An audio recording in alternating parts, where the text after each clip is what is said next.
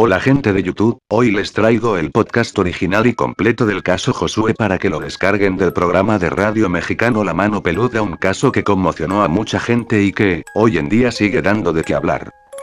Contaré la historia narrando lo que el locutor, Juan Ramón Sáenz, escribió.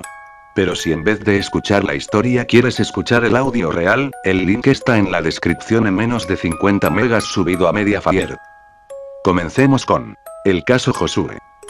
Una de las historias más famosas de este anecdotario, es el caso de Josué, un joven que un día, en compañía de su abuelita, su mamá y dos hermanitos cruzó la frontera en busca de una mejor condición de vida.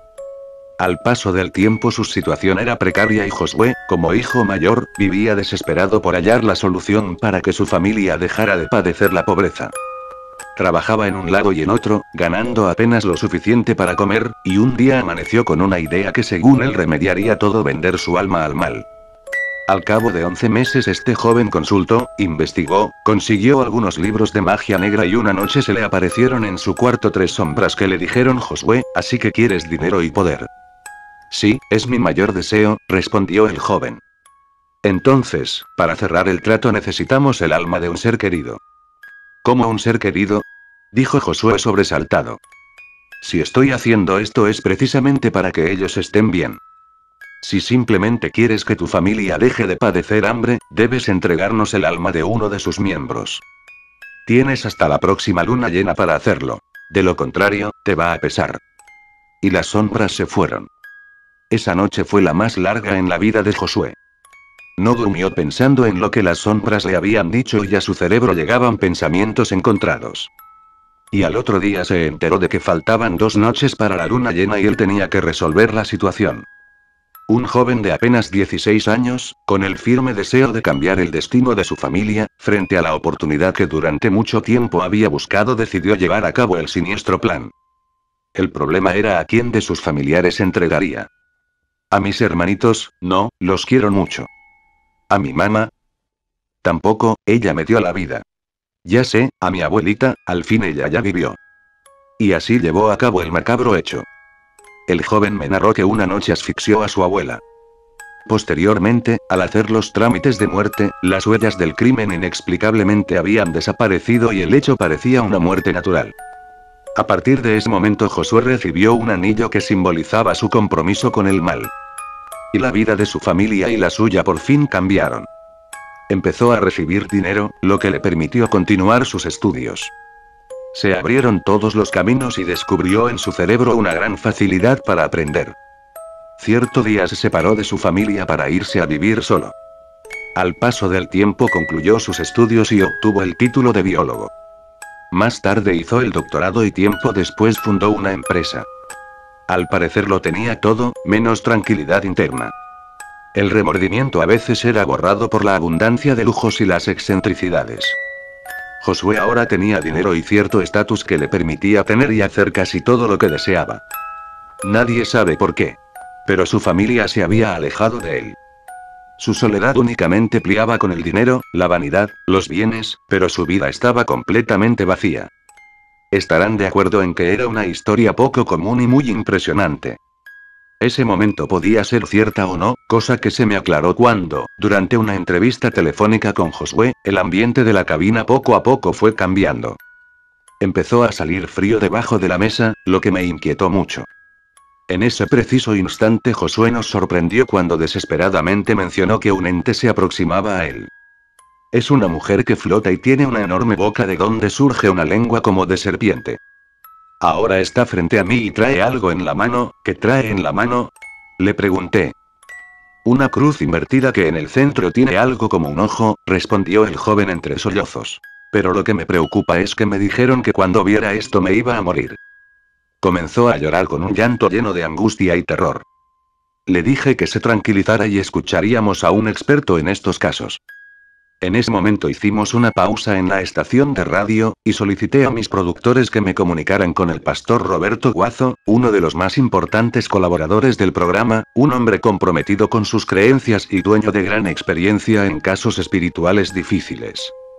Fuera del aire comenté con el pastor el caso y lo que me estaba ocurriendo en la cabina. Me dijo que la situación del joven era muy grave y que invocara de Dios y abriera la Sagrada Biblia.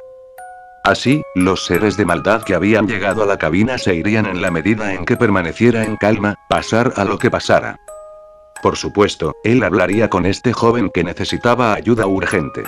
Entramos nuevamente al aire y Josué me indicó que el ser se le había aparecido meses atrás y en esa ocasión lo había golpeado como castigo, ya que había regalado dinero a uno de sus empleados que se encontraba en apuros y eso lo tenía estrictamente prohibido. En su casa diariamente aparecían fuertes cantidades de dinero, pero era exclusivamente para gastos personales y no podía regalarlo en beneficio de persona alguna.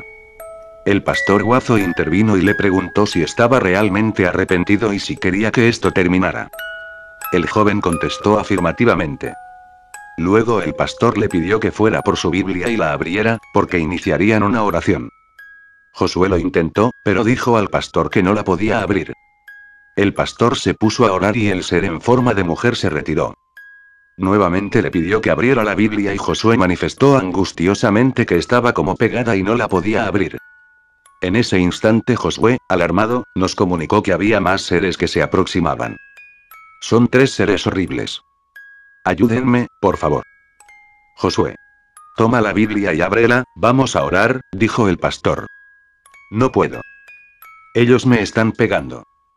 Dijo Josué espantado y llorando. Entonces repite conmigo, le indicó el pastor, y juntos oraron, pero al joven lo interrumpían unos gruñidos que provenían de aquellos seres. De verdad, viví una horrible experiencia cuando estos seres empezaron a hacer ruidos como cerdos y en tono de burla. El pastor Guanzo interrumpió la oración y se dirigió enérgicamente a ellos. En el nombre de Dios, cállense. Por la bendita sangre de Cristo, les ordeno que se callen. Mientras Josué, que no podía orar, lloraba con angustia y pedía que lo ayudáramos porque los demonios lo estaban golpeando en las costillas. En la cabina estábamos sinceramente espantados y casi llegamos al pánico cuando el frío se acrecentó y al recitar el Salmo 91 de la Biblia la hoja se enrolló sola y comenzó a desenrollarse y enrollarse de nuevo. Esto lógicamente no podía ocurrir de la nada y no le encontramos explicación. Después una computadora portátil que utilizo para leer los correos electrónicos del programa lanzó un destello en la pantalla y se apagó. Todo esto acontecía mientras el pastor trataba de expulsar a los diablos que estaban con Josué. A pausas, con mucha dificultad, el joven repetía la oración que el pastor mencionaba y lentamente llegó la calma en la casa de Josué y en la cabina. El frío había cesado, pero la computadora no funcionaba. Por cierto, mi computadora portátil tenía garantía vigente y al llevarla a reparar al centro especializado los técnicos, extrañados, me preguntaron si la había golpeado o sometido a un voltaje más alto, a lo que respondí que no. Ellos no se explicaban por qué la pantalla había destellado y se había apagado. Según ellos no era lógico, ya que el aparato no mostraba huellas de haber sido golpeado y los circuitos de la pantalla se encontraban en buen estado y esto técnicamente no era posible. Al final le instalaron una pantalla nueva. Estaba por finalizar la transmisión del programa. El joven Josué, más tranquilo y algo desconcertado, mencionó que a las 4 de la madrugada tendría que celebrar un ritual en un cerro cercano a su casa. El pastor Guazo le recomendó que no lo hiciera si deseaba terminar con esa pesadilla que había transformado su vida. El joven accedió y, como ese viernes el tiempo de programa se me terminaba, quedamos en que se pondría a orar y a reflexionar y el siguiente lunes entablaríamos comunicación. Una vez terminada la transmisión, se quedó platicando unos minutos con el pastor. El lunes al comunicarnos a su casa nos contestó uno de los empleados de Josué y dijo que el joven había sufrido un accidente el fin de semana y se encontraba en el hospital. Georgina Áviles persuadió al empleado de que hablara con nosotros al aire, ya que cientos de llamados telefónicos y correos procedentes del país y del extranjero solicitaban información de su estado. El empleado, que dijo llamarse Roberto, habló conmigo, pero no me decía qué le había pasado a Josué. Ante mi insistencia manifestó que no sabía exactamente qué había pasado, solo sabía que al joven lo habían golpeado brutalmente y le habían enterrado un crucifijo en el vientre, por lo que estaba grave en un conocido hospital.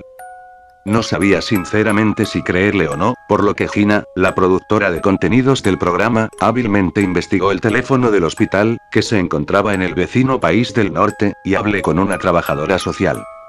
Me preguntó si era algún familiar, pues no había nadie con él y se encontraba muy grave.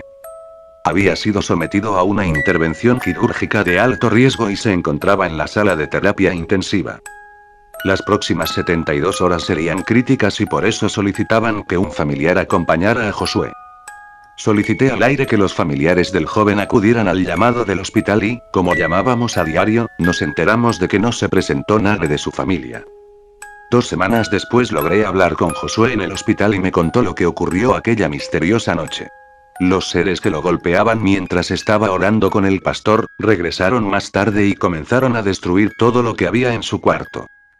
Los focos y los floreros estallaban, tiraban los libreros y demás muebles, y las sillas y otros objetos volaban por el cuarto como si tuvieran vida propia. Finalmente una gran sombra se plantó frente a él y le recriminó con furia. Te lo advertimos, hijo de puta. Ahora vas a recibir tu castigo y te vas a pudrir en los infiernos. Este poderoso demonio tomó un crucifijo que algún día su abuelita le había regalado y sin piedad lo incrustó en su vientre, causándole una grave hemorragia que le hizo perder el conocimiento, que no recuperó sino hasta ese día. Pasó un mes. En el hospital lo habían dado de alta, por lo cual retornó a su casa. Allí solamente respondía a nuestros llamados una contestadora electrónica. Dejamos varios mensajes y perdimos contacto con él. Este caso era uno de los que me quitaba el sueño.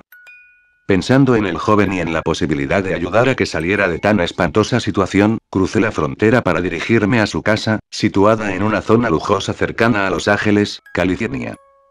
Me costó trabajo, pero logré localizar la calle donde se ubicaba el domicilio.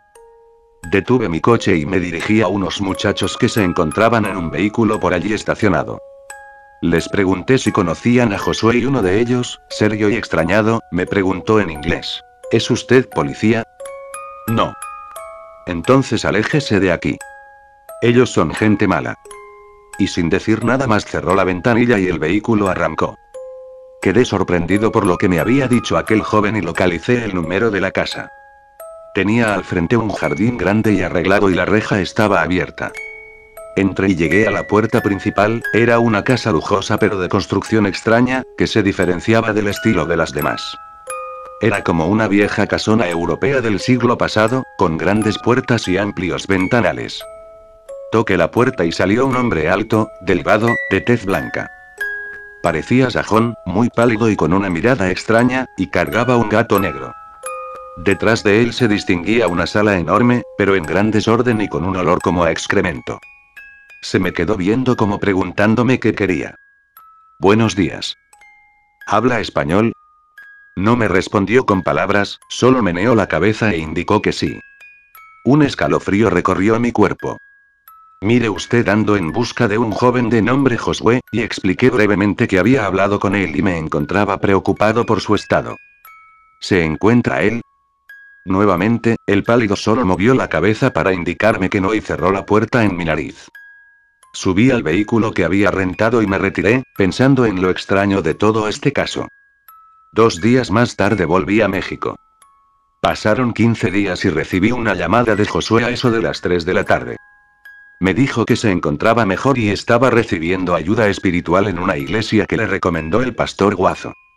No había vuelto a su casa porque le habían permitido quedarse en las instalaciones adjuntas al templo. Le platiqué a Josué que estábamos preocupados y lo había ido a buscar a su casa y me contestó: no puede ser, mi casa está abandonada. Yo no quise regresar por miedo a otro ataque y mis empleados se fueron porque los asustaban mucho. Consideré la posibilidad de haberme equivocado, pero al mencionar las características de la finca, todas coincidían. No me había equivocado.